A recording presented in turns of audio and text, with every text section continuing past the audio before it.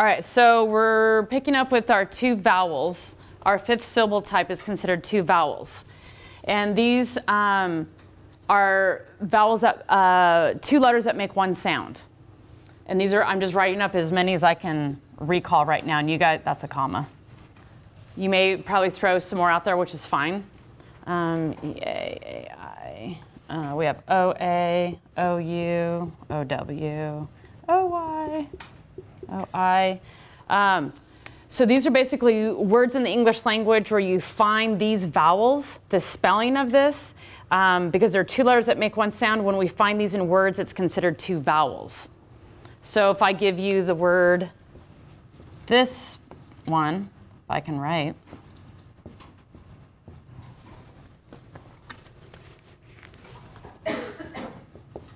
first thing I'm going to do is underline my vowel sounds. I'm going to scoop my syllables. Then my code is going to be two vowels. Does that make sense? Okay.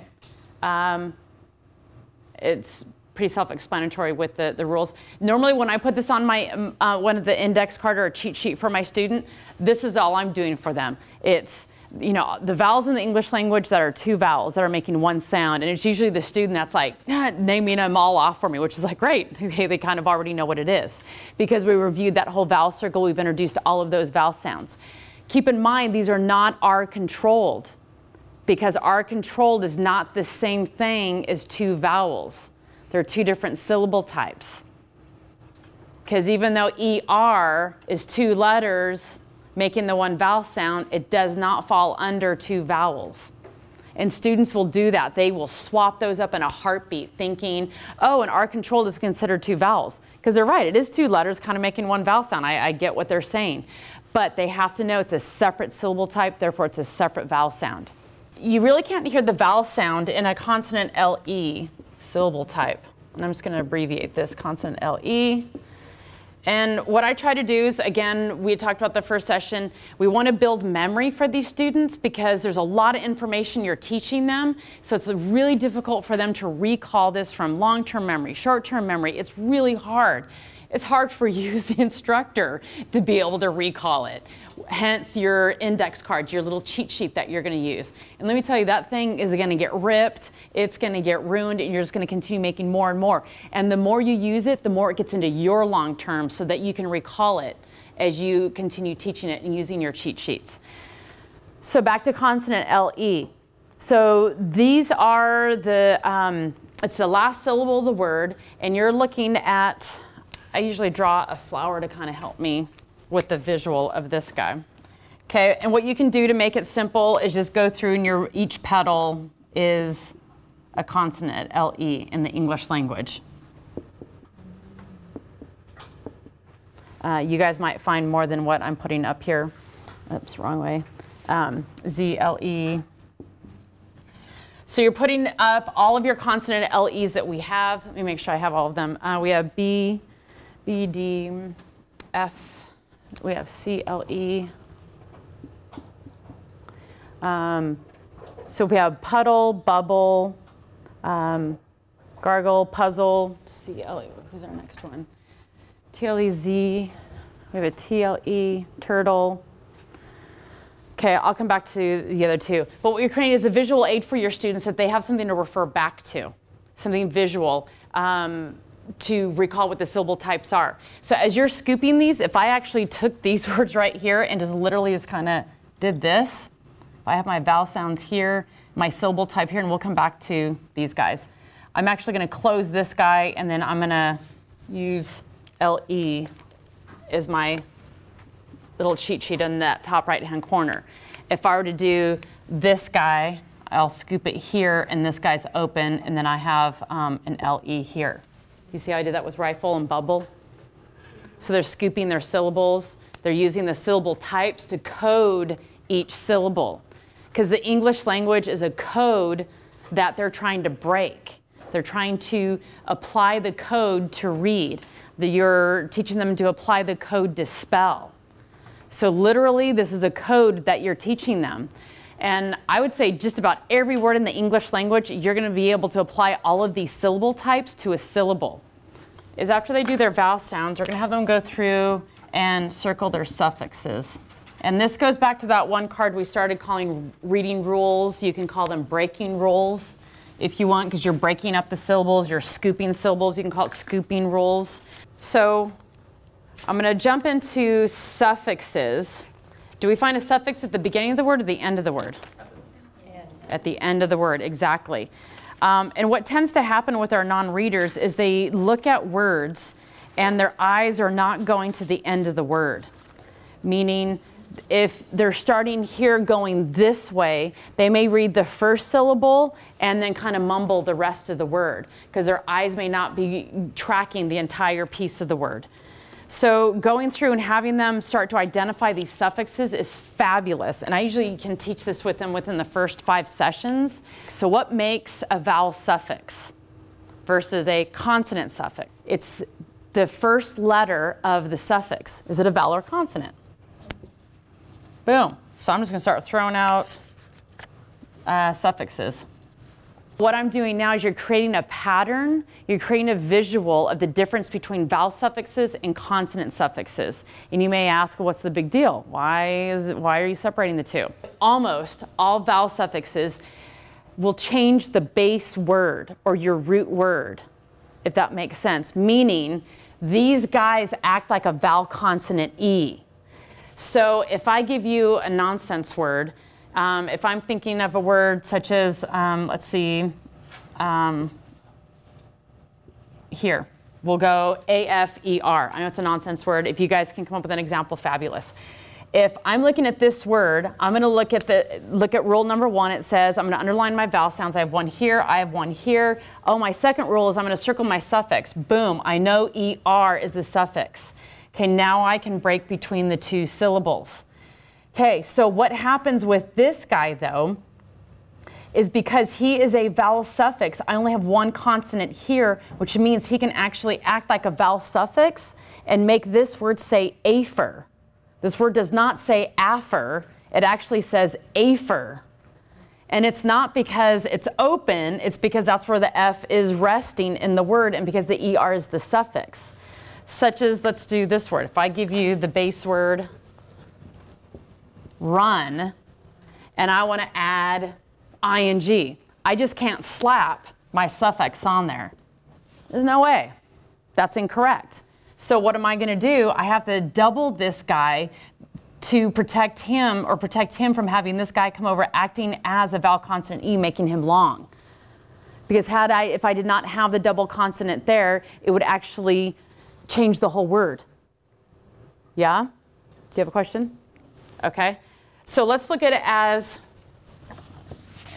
let's do this. I'm going to call it a 1-1-1 rule. This is going to focus on your base words. You may call them root words, base words, depending on the morphology program. They're going to call them 2 different things. Your base word is going to help dictate what you do when a vowel suffix is being tacked on to the word, because this affects their spelling and it affects their reading. So then let's say I want to do H-O-T. What vowel suffix can I add to my base word? ER.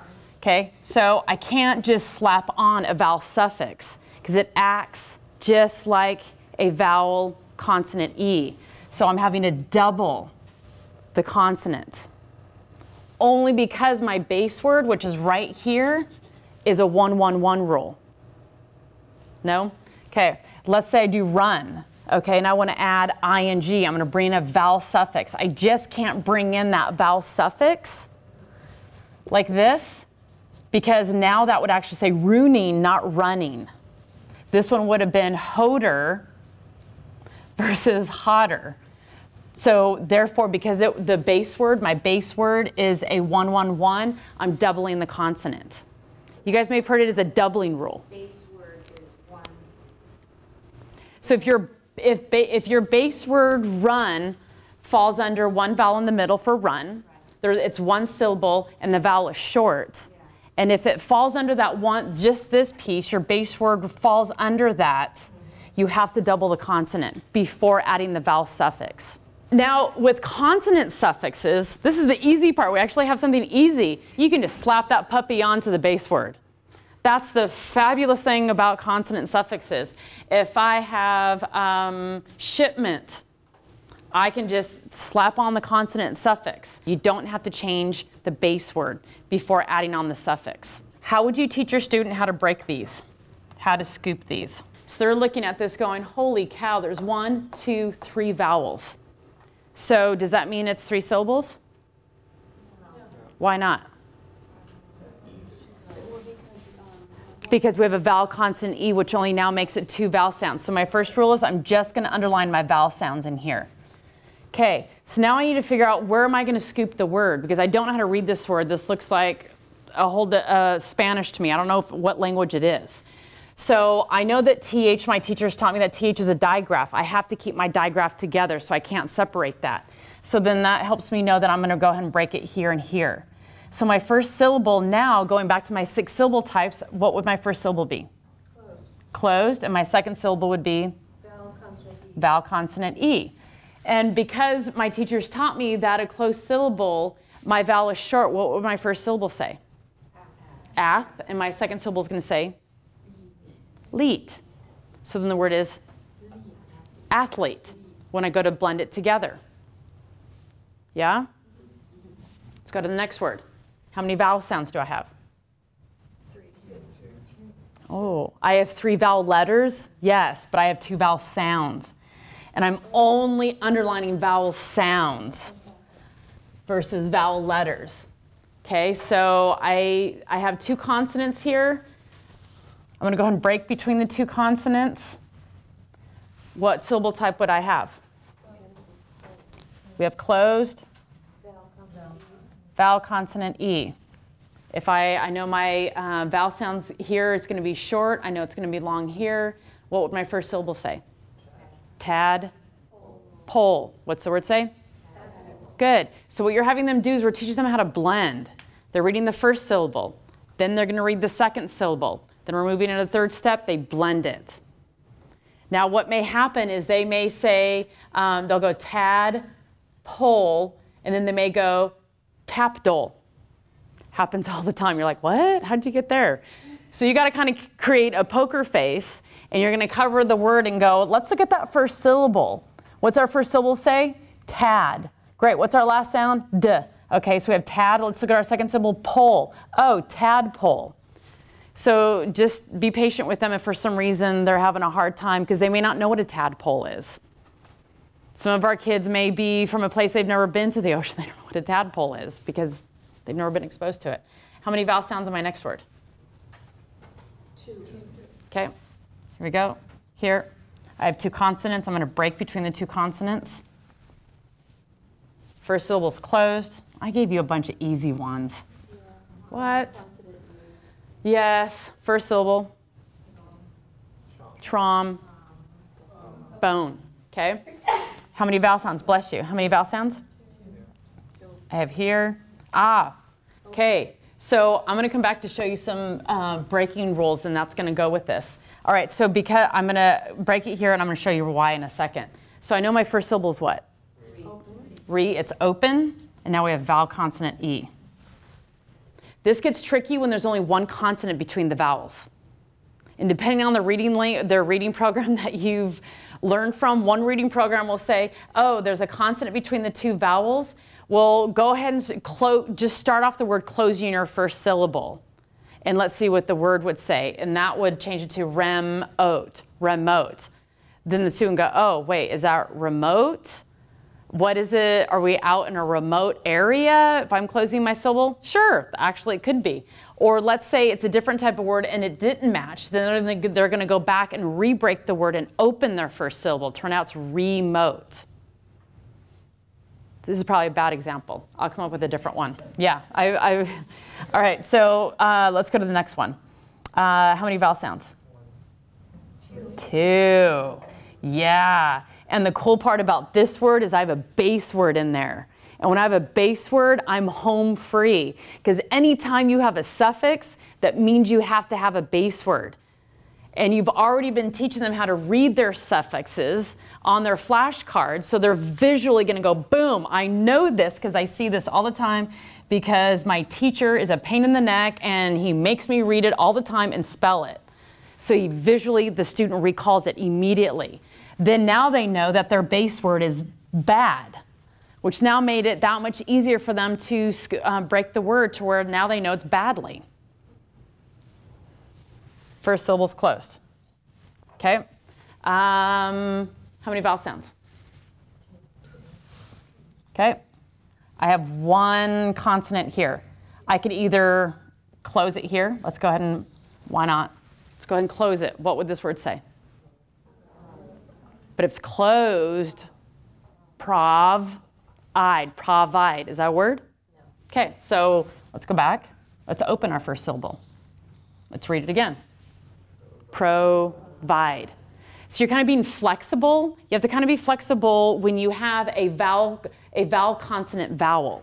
When there's only one consonant between the two vowels, you're having to teach the student how to be flexible with reading the word and where to break it. Because the first way that some reading programs will say is go ahead and close that first syllable where it was P-R-O-V, read the word. If it doesn't sound like a real word, go back and open the first syllable, read the word. And that way they're going to figure it out. So it's called being flexible when you have a vowel, consonant, vowel pattern. Vowel, consonant, vowel. Okay? And I'm going to get to that pattern in just a second. Ooh, cool. I see a suffix. Love it when I see a suffix because it makes it so much easier. And what you're doing is you're training their eyes. When you introduce these suffixes to them, you're forcing their eye to go from here all the way to the end of the word. And for those of you that have been teaching a while, you'll probably see students kind of get to cap, and then they may say chur. They may say cap and then add on something else that's in their English language that had nothing to do with caption because their eyes are stopping after the first syllable. They don't know how to break the code. They don't know how to follow through and read the entire word, so they get stuck. This is the cool part, though, because you're teaching them how to break it. They now know a suffix because you've been making them read and spell their suffixes, right? So they know that. Here's my base word, caption. My first syllable's closed. How many vowel sounds? You sure? 2? Is there 2? I don't know.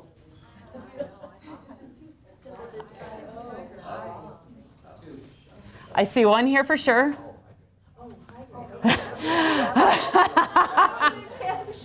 Love it. Excellent. Job well done. Okay, I see 2 vowel sounds. Okay. Now, this is our sneaky little guy. He does act as a vowel. I have one consonant in the middle. Okay, so I don't know. Okay, I'll come back to why borrower. Okay, I'm coming back. My little side note. Okay, of what Y can borrow. So let's say we close them because we have this vowel consonant vowel pattern. What if this guy would then say hid rate? I don't know what hid rate means. Okay, let's go back and open our first syllable. He's now open. So now we have hydrate. Yeah? Do you see how you're having to be flexible with that one consonant between the 2 vowels? No? But there you have 2 consonants. Oh, the DR. Yeah. Well, and they're a blend. So if not all, it all depends on the word. Because sometimes you're going to have 3 consonants. Every word is going to be different. Because let's say you have a digraph. Oh, ashtray. Here we go. Here's a good word. That's 1, 2, 3, 4 consonants between the 2 vowels. What? Okay, so I'm going to underline my 2 vowels, right? Where do I break this? All I see are letters in between there. I'm so overwhelmed right now.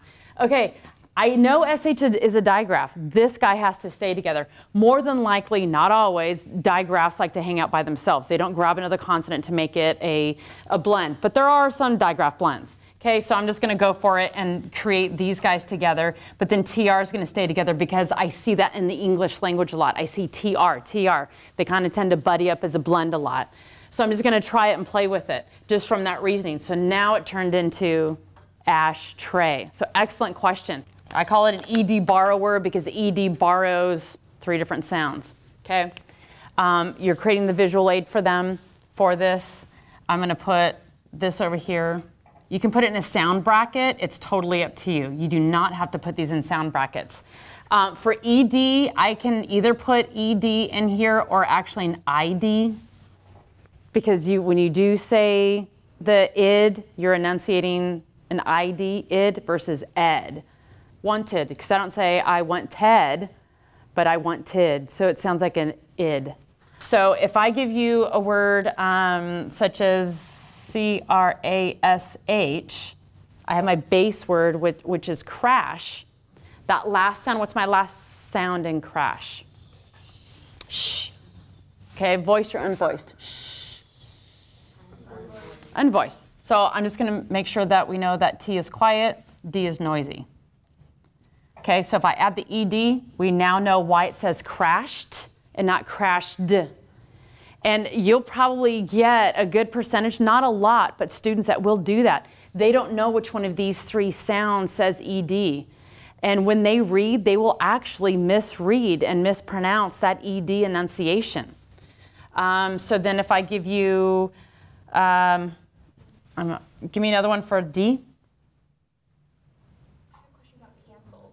Canceled. Oh. Like asked. Oh, EL. Is that what you're saying?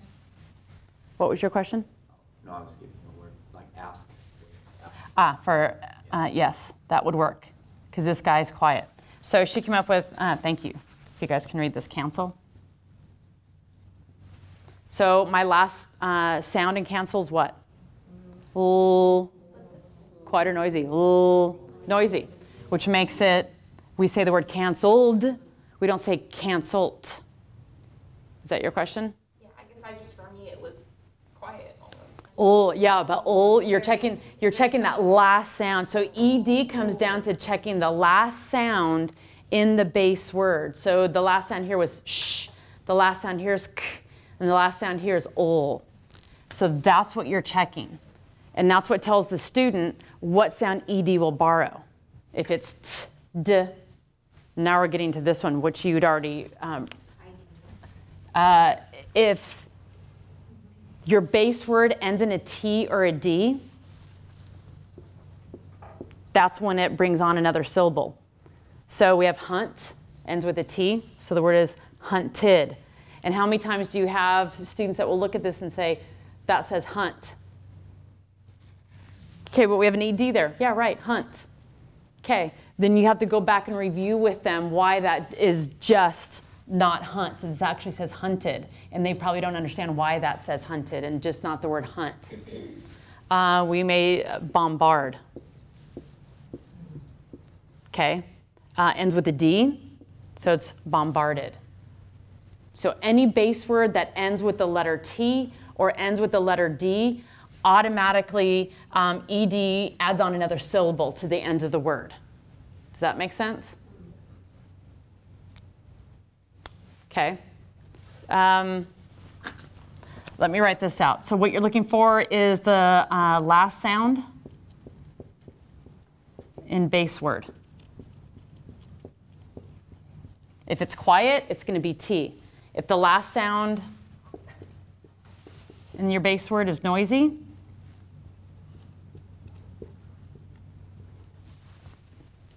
then it's going to be a noisy sound. If your base word ends with a T or D, base word ends with T or D, it's going to add a whole new syllable to it.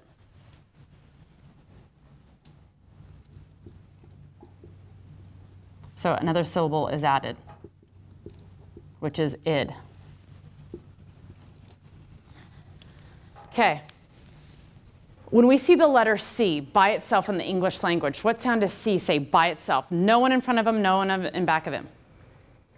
K. He just makes the simple K sound. Okay? So imagine this being a train. Well, it is a train. So this is a train track. Imagine. It's been a long afternoon. So we have a train going down the train track. And what happens is he's going down the train, he's saying, k, k, k, k, k, k. Then what happens is, oh my goodness, he bumps into a flag. Has anyone been on a train before and you see a signal that may stop the train and you may have to change tracks? So the signal that's on here may be hard to see is an E, I, or Y. Can you see the vowels on that, the flag? So the first letter is an E, then we have an I, and then we have a Y. And that means you have the train that actually has the letter C on it. So if we're actually spelling in a word, and we have C, then an E, or C and an I, we're going down the train track saying k-k-k-k-k-k. We come up to a flag that says, whoa, wait a minute, we have an E. So we have the letter C in a word. Could be the first letter, could be the fifth letter, doesn't matter. The C is in a word, and it's just coming up to the letter E. And as soon as there's an E, I, or Y on this side of the C, meaning this, or this in a word, this now changes to an S sound. He changes tracks and will now say an S sound. Okay, so this would be in a word like Cinderella. Ooh, I like that better. Circus, thank you. Cylinder, that's a hard one to cycle. Even see, you guys come up with the simple ones. Thank you. Thank you. So, but it doesn't have to be the first letters of a word, because you're going to see CE or CI or CY in the middle of a word, or even at the end of a word where they're the last. Well, you'll probably see these two. This pattern or this pattern is the last two letters of a word. You're not going to see CI as a pattern as the last two letters in a word. But it changes the C sound to actually borrow the S sound in the word.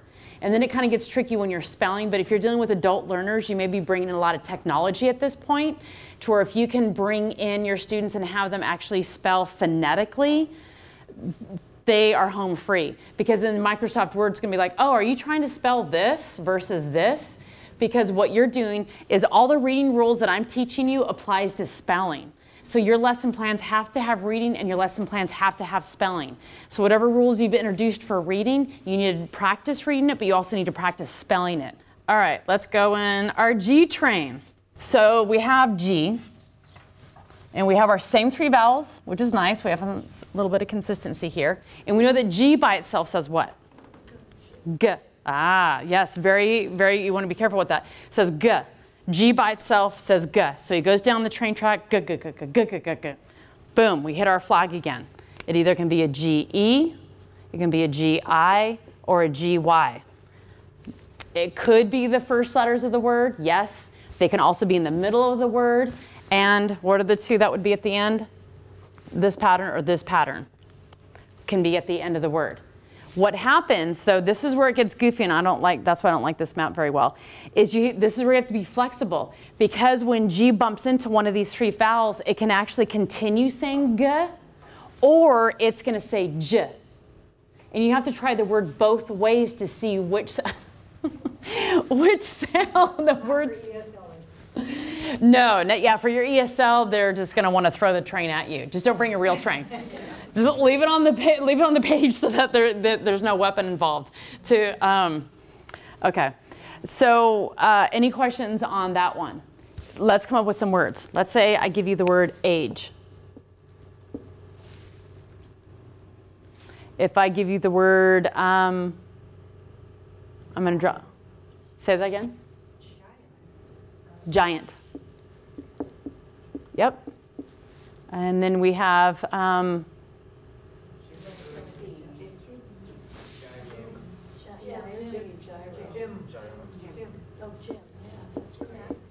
that's going to come in on our Y borrower. Because we don't say Gim, we say Jim. So that's where you have to be flexible and trying it both ways. This is a Y borrower when you're introducing the Y concept to a student. When you see Y in a word, such as yes, it's going to borrow this sound, yeah. Okay, so when we see Y in front of the word, it's going to borrow it. If we'll use the same example, and I'll write this on the card, and I'll introduce this with the student in front of me so they can actually see the rhyme, the madness behind why you're writing all of this out. So if I say the word yes, and I'm trying to just enunciate, I'm looking at that first sound and I'm trying to sound out this word. I'm going to say yes, yes. Okay. If I want to look at what I can borrow or what Y can borrow in the middle of the word, let's take the word gym. What sound is it borrowing? It is. It is a short I. Gym. Okay, now, because of technology, we now have this. A computer bite. What's my vowel sound? I. So now I know when I see Y in the middle of a word, whether it's open or not, it doesn't have to be open, but if it's in the middle of the word, it can actually be a long I sound. So Y, when you see Y in the middle of the word, it can borrow an I or an I. It's going to borrow an I just because it's closed. It's borrowing that short vowel sound. Bless you. The reason why it's borrowing the long I sound here is because it's like a vowel consonant E. That E's jumping over and making him say his name. Or the Y could be in an open syllable. Geyser, yes. Well, that's G-E-Y. Yes. Ooh, good one. Hype. I got to remember that one. That's a good example. So that E's making him say his name. So let's see what he does at the end of a word. So if I give you this word, as kids, we always think we can fly. What's my vowel sound? I. It's a long I. Now keep in mind, it's going to borrow this I sound when it's in a one-syllable word. Okay, that's the tricky piece. And I don't think it says it up there. However, when you see Y at the end of a word that's two syllables, make note of this. When you see Y at the end of a word and the word is two syllables or more, it's going to now borrow a long E sound. But it has to be in two syllables or more. So if it's one syllable, it's going to borrow the I sound. If it's in two syllables or more, it's going to borrow the long E sound. Let me go through and help you guys with how to enunciate the suffixes correctly. If we have the word happen, my little cheat sheet on my card, this is going to be an in. Like a little helper on my card. If I have we know what says. Is If I give you like happiest, this is actually an ist, ist. If I do the id, it's actually can borrow the d, and we came up with the id. The three sounds that id can borrow, right? Sorry, I can't see. Are you just like writing the IPA? What is The vowel suffixes, what we're doing is just the correct enunciation. So when the students go to read the word like happen and they see en, they know it says in. If they see est, they always want to say est, but it's actually ist. We don't say happiest, we say happiest. So it really, you want to help them with the ist, that's what it sounds like. Even though we spell it with an est, that's what it sounds like. And then the ed has a td and td and ed or id. Okay, we have full. Suffix s can borrow two different sounds. It can borrow a s or a z. Suffix s. So if I give you the word dog, this goes back to voiced and unvoiced. Very similar rules as the ed. If the last sound in your base word is quiet, it's going to borrow the s sound. Hops. My base word is hop. Last sound is p. It's quiet. P. Therefore, it borrows that suffix s, an s sound. But if my base word is dog, my base word is dog. My last sound in dog is g. G is noisy. Therefore, suffix s is going to borrow z. Because I don't say dogs, I say dogs. It's an actual z. So it's in the handout. Suffix s actually borrows two different sounds, and it all goes back to that base word, the last sound in the base word, and if the last sound is quiet or noisy. We have ness, less, meant, t, captivity, lee. A lot of kids think this is lie, and some words it might say that.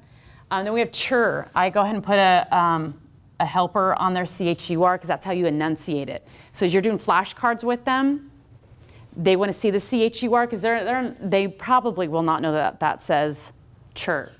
And then we have shun. Give them their little helper, shun.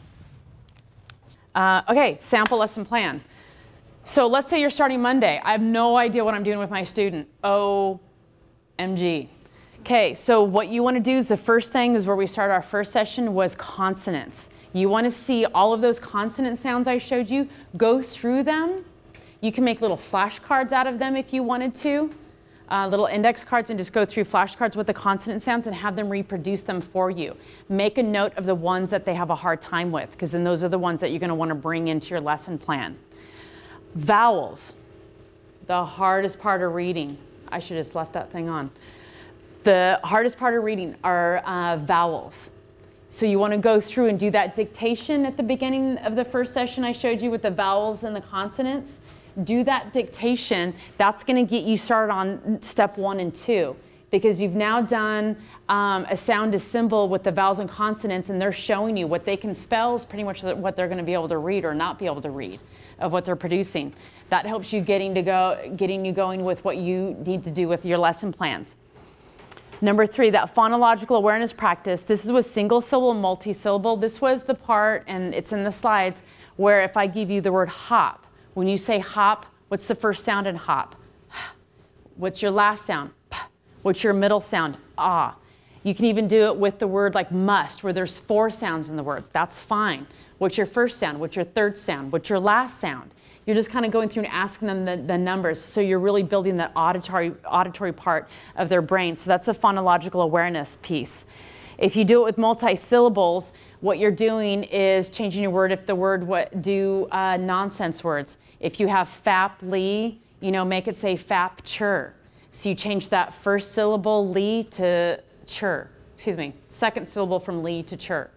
So you're making just syllable changes, but you're only making one change.